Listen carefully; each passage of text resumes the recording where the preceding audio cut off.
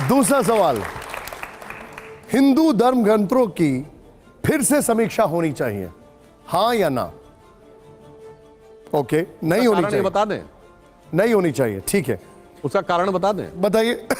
देखिए साहब, समीक्षा वो करे जिसके पास समीक्षा लायक बुद्धि हो गई हो। और मैं उदाहरण के एक बात बोलना चाहता हूं। अभी हम नवरात्र के इस पर्व में हैं, नवरात्र का पर्व हमारा चल रहा है। यह बताइए, आदि शक्ति स्त्री के रूप में उत्पन्न हुई। मैं चुनौती से कहता हूं, दुनिया में कोई उदाहरण बताइए जहां भगवान के केस में स्त्री तत्व को स्थान दिया गया हो। इनिशियल एनर्जी शुरू हुई, सिर्फ पुरुष मानी गई, हमारे यहां स्त्री मानी गई है। और मैं एक छोटी सी बात देता हूं, युवा पीढ़ी को शायद ध्यान रहे। आपने कभी ध्यान दिया कि यहां 9 दुर्गा के रूप हैं? हमारे यहां बहुत सारे देवता हो तो अलग हैं, दुर्गा में भी 9 रूप हैं। यानी इट्स लाइक पीएचडी कि एक एक सब्जेक्ट का एक एक एक्सपर्ट है। तो जो लोग ये कहते हैं एक ही है, वो केजी वाले हैं।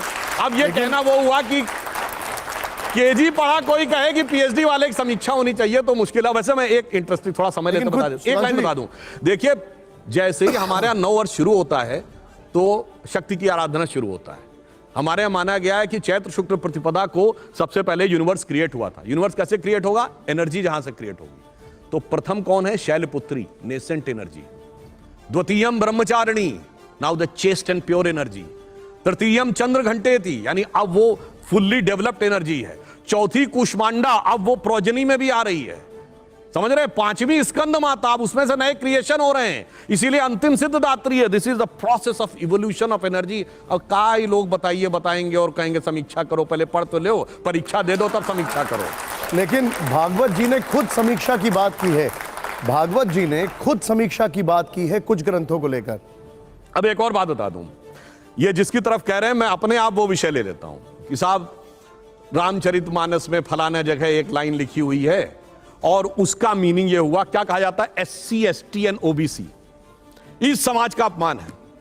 मान्यवर, 1990 में मंडल कमीशन आया, उससे पहले ऑफिशियली सरकार की नजर में कोई OBC नहीं था। 1960 के दशक से पहले OBC वर्ड ही नहीं था। मतलब जो चीज ही 60 साल पहले नहीं थी, 600 साल पहले चेम दी जाके।